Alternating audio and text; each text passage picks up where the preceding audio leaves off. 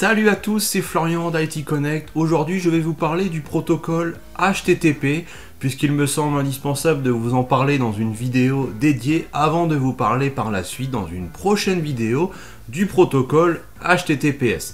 Le protocole HTTP fait partie des incontournables des protocoles à connaître lorsque l'on s'intéresse à l'informatique, notamment parce qu'on l'utilise tous les jours quand on navigue sur Internet, sur le web. Alors aujourd'hui, je vous propose tout d'abord une partie théorique où nous allons voir un petit peu, faire un petit tour d'horizon du protocole HTTP, aussi bien sur son utilité, son histoire que son fonctionnement, on va dire. Et après, il y aura bien sûr une partie démonstration où l'on verra tout ça en pratique, où l'on verra un petit peu comment ça fonctionne le protocole HTTP. Alors si ça vous intéresse, n'hésitez pas à vous abonner avant de passer à la première partie de la vidéo. Qu'est-ce que le protocole HTTP? Eh bien tout d'abord, il faut savoir que HTTP signifie Hypertext Transfer Protocol et que c'est un protocole de communication de type client-serveur, c'est-à-dire qu'on va avoir d'un côté un client, d'un autre côté un serveur et que ça va fonctionner grâce à des échanges entre les deux et ça va permettre plus particulièrement l'accès à des ressources situées sur un serveur web.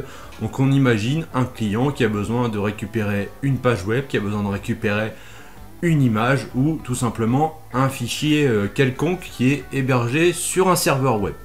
Donc aujourd'hui c'est vrai que quand on navigue sur le web on voit beaucoup le protocole HTTPS, puisque le S qui signifie Secure permet d'avoir le chiffrement des échanges justement entre le client et le serveur, ce qui n'est pas permis aujourd'hui avec le protocole HTTP, même si, comme on le verra après, avec la version 3 du protocole HTTP, ça change un petit peu la donne.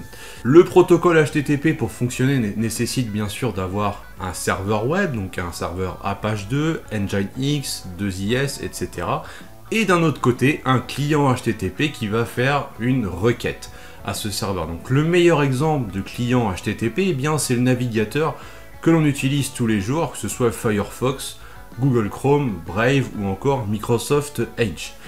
Mais on peut citer plein d'autres outils, notamment des outils en ligne de commande, voire même des commandes PowerShell pour ceux qui sont amateurs de script. Donc voilà, il y a différents outils aujourd'hui qui sont capables de faire des requêtes avec le protocole HTTP, car c'est vraiment un protocole qui est très répandu. Et donc aujourd'hui, on peut considérer que le protocole HTTP, donc maintenant HTTPS pour la version sécurisée, est utilisé par les sites internet, du simple blog au site de e-commerce, voire même un site vitrine d'entreprise, voire même aussi en entreprise pour un intranet ou l'accès à une application. Intéressons-nous maintenant à l'historique du protocole HTTP et notamment aux différentes versions, tout en sachant que tout a commencé en 1989 avec les travaux de Tim Berners-Lee qui avait pour idée de créer un système hypertexte sur Internet, donc ce qui a donné finalement la création du World Wide Web, donc le 3W que l'on retrouve maintenant en préfixe de nombreux sites internet, www.ledomaine.fr ou .com. Donc on voit que tout ça est resté aujourd'hui. Donc il y a eu un lancement auprès du grand public le 6 août 1991 après avoir effectué des travaux notamment sur l'année 1990. Et donc tout ça, pour que ça puisse fonctionner, eh bien, on avait le protocole HTTP, les clients HTTP, les serveurs web HTTP, mais également il a fallu un langage pour créer ces fameux documents et aboutir à ce projet. Donc c'est ce qui a donné lieu aussi à la création du langage HTML, donc Hypertext Markup Language, que l'on utilise encore aujourd'hui pour créer une simple page web qui ne sera pas dynamique et qui aura simplement un code statique. Eh bien ça a été créé aussi au tout début des années 90. Et tout ça a donné lieu à ce qu'on peut appeler le protocole HTTP 0.9 parce qu'il n'avait pas encore réellement de RFC, de numéro de version. Et c'est uniquement en 1996 quand l'IETF a posé la première version de HTTP 1.0 en lui attribuant la RFC 1945, ce qui a permis vraiment d'avoir quelque chose de normalisé, on va dire, au niveau du protocole HTTP. Ça a permis des premières évolutions comme l'ajout au niveau de l'entête HTTP de l'entête du champ Content Type qui permettait d'indiquer le type de contenu. Donc on a commencé à se dire qu'avec le protocole HTTP, on va pouvoir transférer autre chose que de simples documents hypertextes. Et puis voilà, au fil des années, le développement de ce protocole a avancé et très rapidement, le HTTP 1.1 est arrivé puisqu'il est arrivé en 1997 et il a notamment introduit la notion de Keep Alive qui permet de maintenir les connexions TCP. En fait, avec les versions 1.0, à chaque fois que l'on voulait récupérer une ressource, donc une image, une page web, etc., il fallait monter une requête TCP à chaque fois, même si l'on communiquait avec le même client et avec le même serveur.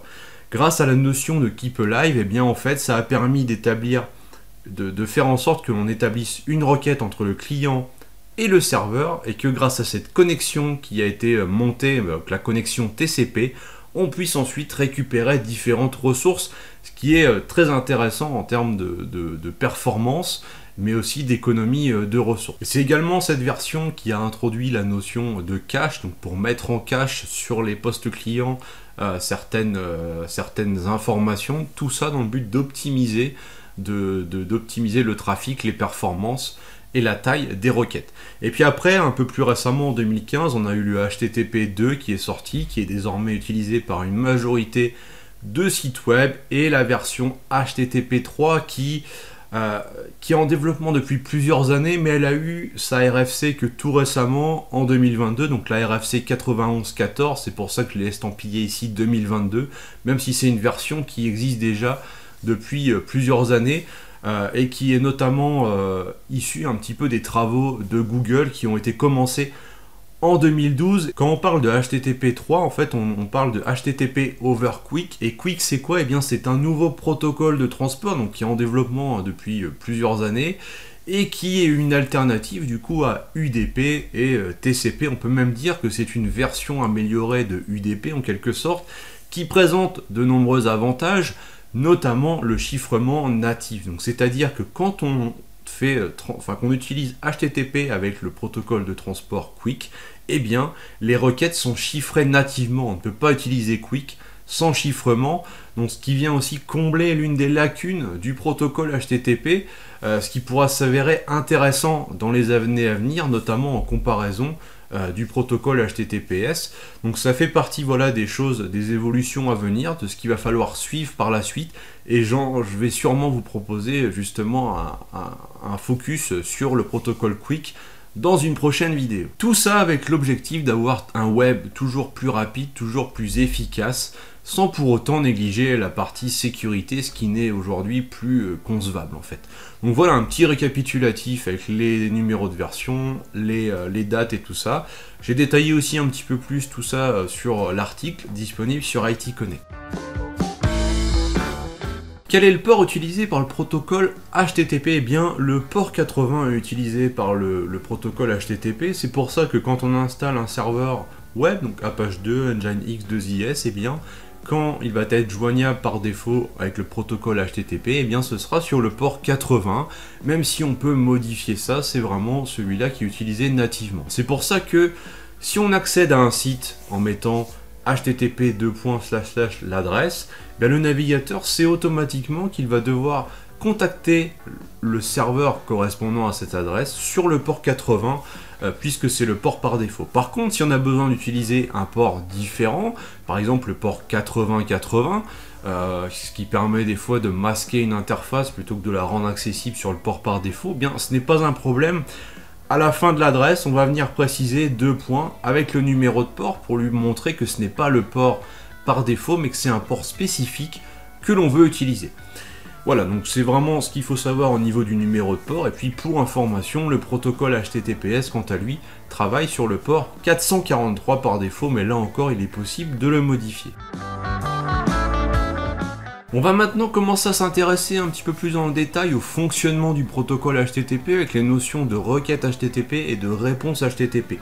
Alors une requête HTTP c'est quoi? Eh bien c'est un client, donc un navigateur web par exemple, qui va émettre une requête HTTP au serveur web qui est en face. Chaque requête HTTP va contenir un certain nombre d'éléments, notamment ce que l'on va appeler une méthode, que l'on peut dire un petit peu, c'est comme si c'était une commande spécifique que l'on envoyait, le type d'action on va dire, ensuite une cible, donc là on va préciser le chemin de la ressource, par exemple le chemin vers une image, le chemin vers un script JavaScript, ainsi que la version du protocole, et en plus on aura un en-tête HTTP qui va contenir différentes informations intéressantes, comme notamment l'hôte cible, donc c'est-à-dire l'adresse IP du serveur que l'on veut joindre, le langage, etc. Je vous ai mis un exemple à l'écran où l'on voit que j'utilise la méthode get, que je vais aller chercher la page qui s'appelle index.php, qui est à la racine du site web, et j'utilise la version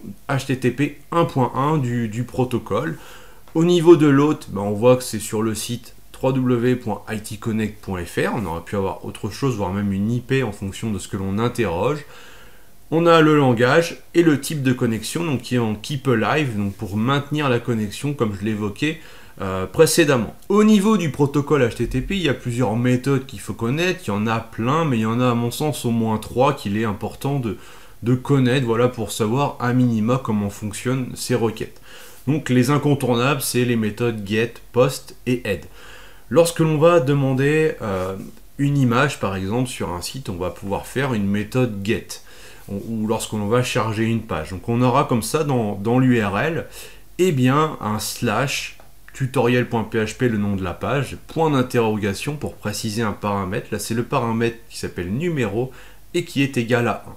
Donc on va demander au serveur web qui nous retourne le contenu correspondant à cette requête-là. Ça, c'est vraiment un mode très courant.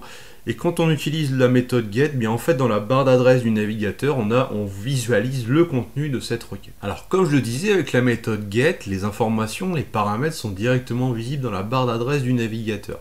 Si on veut masquer certaines informations, parce que des fois si on envoie un mot de passe dans une requête, on n'a pas trop envie qu'il apparaisse dans la barre d'adresse. Donc voilà, c'est un exemple. Et bien dans ce cas-là, on va utiliser la méthode post où les informations et notamment tout ce qui est paramètres ne sera pas visible dans la barre d'adresse, mais ce sera directement envoyé dans l'entête de la requête HTTP. Et ça, c'est très fréquent, notamment sur tout ce qui va être formulaire. Donc on imagine un formulaire de contact, un formulaire de connexion, et bien on va l'envoyer via la méthode post au serveur. Donc, et ça, on pourra le voir finalement dans le code source de la page avec la présence de méthode égale post dans la déclaration du formulaire au niveau du code HTML. Et enfin, on a la méthode head qui permet d'obtenir des informations sur la ressource distante sans même la télécharger. Par exemple, on met le chemin vers une image, on pourra obtenir des informations sur l'image, notamment le poids de l'image avant même de l'avoir téléchargée. Ce qui peut permettre d'anticiper un petit peu, de se dire bah tiens, je récupère les informations, si ça me convient, si c'est pas trop lourd, eh bien je lance le téléchargement. Et voilà, on est plus en mode consultation qu'autre chose. En ce qui concerne les réponses HTTP, donc on imagine qu'on a émis notre requête comme nous l'avons vu précédemment, eh bien le serveur web, lui, il va nous répondre. Il va pas forcément toujours nous répondre de la même façon, il va pas toujours nous répondre de manière positive, ça dépend de ce que l'on a demandé, et donc la réponse du serveur au client, elle aura différentes informations elle aussi, comme la version du protocole, le code de retour, etc. Et on aura aussi un en-tête qui sera relativement riche, puisque l'on aura potentiellement le type de serveur web, la date, la taille du contenu qui est renvoyé, mais également le type de contenu en lui-même et le contenu bien sûr. Alors là j'ai fait un exemple où on voit que eh bien, le serveur web répond à mon navigateur avec le protocole HTTP 1.1. Le code de retour ici c'est 200 avec suivi de l'ordre OK. On va voir quelques codes de retour après. Le serveur visiblement c'est un serveur Apache, ce qui me donne aussi une indication intéressante parce que en matière de sécurité, si je cherche un petit peu à auditer et à faire une prise d'empreinte du serveur web avec lequel je communique, et bien s'il me dit que c'est un serveur Apache, et bien déjà ça me donne une première indication, à moins que cette indication là soit un petit peu biaisée et finalement que ce soit une valeur qui a été mise par l'administrateur alors qu'en fait c'est peut-être un autre type de serveur web. On a la date, on a le type de contenu et enfin eh bien, la longueur qui est indiquée. Donc voilà, ça c'est toute la partie orange ici et dans l'entête c'est vraiment tout le détail de la réponse. Maintenant cette réponse elle peut avoir différents codes de retour. C'est intéressant d'en connaître quelques-uns là encore pour être capable d'interpréter la réponse qu'un serveur peut nous renvoyer. Quand il renvoie le code 200, comme nous l'avons pu le voir sur la précédente slide, c'est que c'est un succès. La ressource a été chargée correctement, elle a été livrée au client. Ensuite, on peut avoir du code retour 301, 302, donc ça c'est de la redirection, soit de la redirection permanente ou temporaire. C'est très utilisé par les sites web, notamment pour la gestion du référencement naturel. Lorsqu'on veut rediriger une page A vers une page B, par exemple, si on a changé la structure de l'URL. Pour ne pas perdre son référencement, on va utiliser une redirection permanente. Ou si on a supprimé une page, pour éviter d'arriver sur une page introuvable, eh bien on va rediriger vers la page d'accueil, par exemple. Ensuite, on a le code 403. Si vous essayez d'accéder, par exemple, à un espace d'administration d'un site, alors que cet espace-là est protégé, il est restreint et qu'il est accessible uniquement à partir de certaines adresses IP, eh bien si vous y accédez alors que vous ne correspondez pas à ces adresses IP, eh bien vous allez avoir un code 403 parce que vous n'avez pas l'autorisation d'accéder à la ressource. On a aussi le 404 que vous avez forcément déjà rencontré, le fameux page introuvable. Donc là, ça veut dire qu'on essaie de charger une page, une image ou quelque chose qui n'est pas disponible. Et donc le serveur nous en informe avec un code HTTP 404 dans la requête. Et puis nous avons aussi l'erreur 500 qui est à connaître, notamment quand on fait du dev, parce qu'elle peut signifier eh bien, que le serveur web manque de ressources ou qu'il y a une erreur de code, par exemple un code PHP qui n'est pas correct, eh bien ça va générer une erreur à la compilation et donc ça va retourner une erreur 500, comme quoi eh bien, le serveur il n'arrive pas à traiter la requête.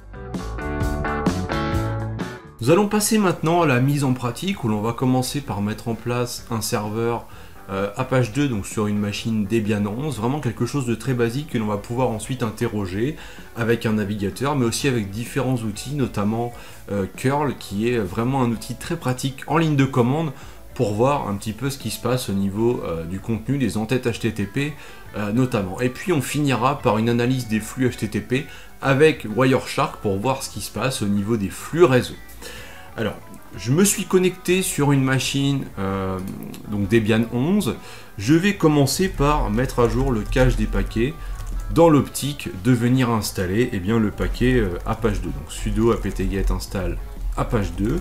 Comme ça, on va monter un serveur web sur cette machine Debian qui est une machine vierge que j'ai montée pour l'occasion. Une fois qu'on a fait ça, eh bien, on va pouvoir activer le démarrage automatique de Apache 2 pour que, eh bien, à chaque fois qu'on redémarre notre serveur Linux, le serveur web démarre automatiquement. Alors voilà, on a installé. Donc normalement, si je vais voir dans var 3w, eh bien, j'ai un dossier HTML qui contient une page nommée index.php. D'ailleurs, je pourrais aller voir dans cette page index.php que je peux éditer avec Nano, donc qui est un éditeur de texte disponible sous Linux, et on voit que j'ai du contenu dans cette page. Très bien, c'est du code HTML pur, il n'y a pas de script PHP ou quoi que ce soit. Et cette page, eh bien, je peux tenter d'y accéder avec mon navigateur en mettant eh bien, ici l'adresse IP publique de mon serveur web. Voilà, donc j'ai bien mis, on a bien vu, protocole HTTP : je ne précise pas de port du tout, j'envoie et j'arrive sur cette page-là. Et cette page-là, en fait, c'est la page par défaut de Apache 2. Et c'est bien, du coup, la page que j'ai sur mon serveur web. D'ailleurs, pour vous en convaincre, je pourrais très bien dire, bah ok, moi, je vais aller dans var whtml, je vais déplacer index.html avec un autre nom, voilà, .backup par exemple, et je vais me recréer ma propre page HTML. Donc je vais mettre un petit code rapidement. Voilà, donc j'ai mis un petit code, normalement je devrais maintenant afficher sur ma page Demo IT Connect protocole HTTP. Donc j'enregistre comme ceci, et maintenant si je charge de nouveau ma page, et bien voilà, j'ai bien ma phrase qui apparaît à l'écran, donc c'est parfait. Maintenant que l'on a mis en place notre petit serveur web, et bien on va s'amuser à le requêter avec l'outil curl, en faisant différentes requêtes pour voir eh bien, ce qu'il se passe au niveau eh bien, des réponses HTTP notamment lorsque l'on interroge notre serveur. Donc sur ma machine Windows 11, donc qui est une machine distante hein, vis-à-vis du serveur web, je veux vraiment me positionner comme un client qui veut visiter mon site web, j'ai ouvert PowerShell, donc en dernière version PowerShell 7. Pour avoir une version récente de l'outil curl. Donc ce que je vais faire, c'est tout simplement un curl avec http et je vais mettre l'adresse IP, donc 20.19.187.98 de mon serveur web. Quand j'envoie ça, on voit bien ici que j'ai le code HTML de ma page qui est derrière, donc que j'arrive à afficher, on va dire, le contenu de la réponse HTTP. Maintenant, on va ajouter l'option "-i". Et là, on va en savoir un petit peu plus, ça va vous rappeler ce que je vous ai montré précédemment. Et on a notamment eh bien, la version du protocole, donc HTTP 1.1, le code de retour, 200 OK, effectivement. Là, tout à l'heure, j'ai chargé ma page correctement avec mon navigateur. On peut imaginer qu'avec curl, eh bien, je suis parvenu également à charger la page correctement. On a la date, on a l'heure, on a la partie serveur, là beaucoup plus complète que ce que je vous ai montré tout à l'heure, puisqu'on a la version, enfin on a le type ici Apache, et on a également la version du serveur web et l'OS. Donc ça typiquement, en plus là les informations elles sont vraies. En production, il faudra faire en sorte de configurer le serveur Apache pour masquer ces informations là, parce que si un pirate veut s'attaquer à votre site internet, si vous lui dites ce que vous utilisez et dans quelle version, bah déjà lui ça lui donne des informations très intéressantes pour creuser et essayer de trouver des vulnérabilités. On a également la date de dernière modification du document, sa taille, ainsi que le type, ici c'est du texte HTML. Donc ça voilà, c'est une première chose intéressante que l'on peut faire, c'est regarder le détail, le contenu de la réponse HTTP que l'on obtient de la part du serveur. D'ailleurs, on pourrait s'amuser à faire un truc très simple, c'est qu'au lieu de requêter vers la page d'accueil, on va requêter vers une page.html, ce qui n'existe pas du tout sur mon serveur, parce que j'ai uniquement mon index.html. Et là, on voit que les informations sont différentes. Je n'ai plus de code 200, mais j'ai un code 404 not found, ce qui correspond, comme je disais tout à l'heure dans ma présentation théorique, le code 404, c'est que la ressource est introuvable, ce qui est là est bien le cas, puisque ça c'est une page qui n'existe pas. Donc là on a vraiment la confirmation au niveau de la réponse HTTP que cette ressource est introuvable. Pour finir avec curl, eh bien en fait si ici au lieu de mettre tout simplement -i, eh bien on met un v, eh bien on va pouvoir obtenir des informations à la fois sur la requête HTTP, donc émise de curl vers mon serveur web, mais également la réponse, alors que tout à l'heure on avait uniquement l'entête, donc la réponse HTTP. Là on voit que mon serveur, je lui ai envoyé une requête avec la méthode get que l'on a vu précédemment, et j'ai demandé la racine, parce qu'effectivement je n'ai pas précisé de ressource, je n'ai pas précisé / monimage.png ou quelque chose, j'ai demandé la racine, et lui par défaut il m'a retourné la page index.html parce que c'est le comportement de Apache par défaut. Si il va retourner la page index.html ou index.php disponible dans le dossier du site. On a aussi l'hôte cible ainsi que le user agent, donc ça c'est-à-dire des informations sur le logiciel qui émet la requête. Comme ça le serveur web en face il sait que c'est curl en version 7.83.1 qui lui fait une demande. Dans certains cas, le user agent peut correspondre à un outil de sécurité qui peut être utilisé pour faire des scans par exemple, et dans ce cas-là, le serveur qui est en face pourra le détecter et bloquer en se disant non, toi je te réponds pas parce que je sais que tu es un outil de sécurité et je n'ai pas envie de te répondre parce que, à mon avis, tu es peut-être en train de scanner mon site web ou quelque chose comme ça. Et on a, comme on avait tout à l'heure ici, la partie réponse HTTP avec enfin le contenu, donc on a là le code source de la page. Maintenant on va passer à une autre phase de la démo où l'on va utiliser Wireshark afin de capturer le trafic entre une machine et le serveur web et voir un petit peu ce qui se passe au niveau du protocole HTTP. À partir d'un poste client sous Windows équipé du logiciel Wireshark, je vais pouvoir capturer le trafic réseau entre ma machine et mon serveur web pour voir ce qui se passe au niveau des flux HTTP. Donc je vais lancer Wireshark sur ma carte Ethernet de ma machine, je vais faire ici démarrer, et là il va capturer donc tout le trafic réseau. Je vais ouvrir le navigateur Edge et je vais accéder à mon site. Voilà, j'ai chargé la page, très bien. Maintenant, ce que je vais faire, c'est que je vais arrêter la capture Wireshark et on va essayer de voir ce qui a pu se passer au niveau des flux entre ma machine et le serveur web. Alors là, on a plein de requêtes parce que forcément, ma machine elle a dialogué peut-être aussi avec d'autres serveurs, notamment les serveurs de Microsoft probablement.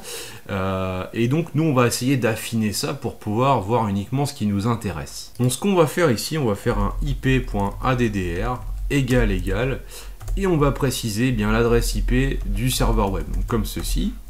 On va faire entrer, et là voilà, j'ai réduit ma capture à quelques paquets qui vont correspondre aux échanges entre les deux. Donc on voit que la source 10.10.100.6, ça c'est ma machine locale.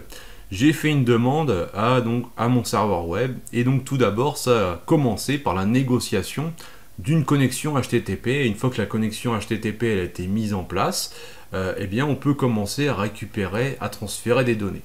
C'est pour ça qu'ici on a 10.10.100.6, donc mon PC qui demande au serveur web eh bien, de lui envoyer le contenu get de la racine, donc ce qui confirme bien que moi j'ai accédé uniquement à la page, à la racine de mon serveur. Et d'ailleurs, si je regarde le contenu ici de mon paquet, eh bien j'ai des informations effectivement sur ce flux, comme je peux voir ici, l'hôte, la requête, comme j'ai vu précédemment, le user agent ici qui est différent puisqu'on est sur un Edge en version 105 visiblement. Tout à l'heure on avait le curl, hein, si vous vous souvenez bien, là on a vraiment capturé le flux, donc on n'a pas les informations au niveau de Edge, mais vraiment ce qui est passé sur le réseau entre les deux. Et en fait on peut voir ici que l'on a les informations en clair, puisque si l'on regarde à l'inverse la réponse du serveur web vers mon PC, eh bien j'ai aussi le code de retour 200, l'information sur le serveur, et j'ai également ici eh bien le code source de ma page. Donc on peut imaginer que si ma page, là j'aurais retourné des informations confidentielles, je sais pas, un mot de passe par exemple, ou même dans ma requête, si j'aurais précisé un mot de passe, eh bien tout ça aurait transité en clair sur le réseau, et on voit qu'on aurait pu capturer les informations grâce à un logiciel comme Wireshark ou un autre logiciel. Donc c'est là que le HTTPS a son importance, puisque lui il va permettre de chiffrer les flux, et donc on ne verra pas toutes ces informations. Et c'est aussi là que se justifie en quelque sorte le développement de la version 3 du HTTP avec l'intégration du protocole Quick, puisque comme je le disais précédemment, le protocole de transport Quick nécessite de manière implicite, il exige à ce qu'il y ait du chiffrement, donc ça permet de sécuriser nativement les flux. Cette introduction au protocole HTTP est terminée, j'espère qu'elle vous a plu, qu'elle vous a permis d'apprendre des choses sur le protocole HTTP, tant sur la partie théorique que sur la partie démonstration. Bien, par la suite, je vais m'intéresser au protocole HTTPS et puis probablement au protocole Quick, un petit peu dans la continuité de cette première vidéo, mais ça me semblait vraiment important de commencer par le protocole HTTP. N'hésitez pas à liker, à partager au maximum et à me faire vos retours, et puis je vous dis à très vite, ciao.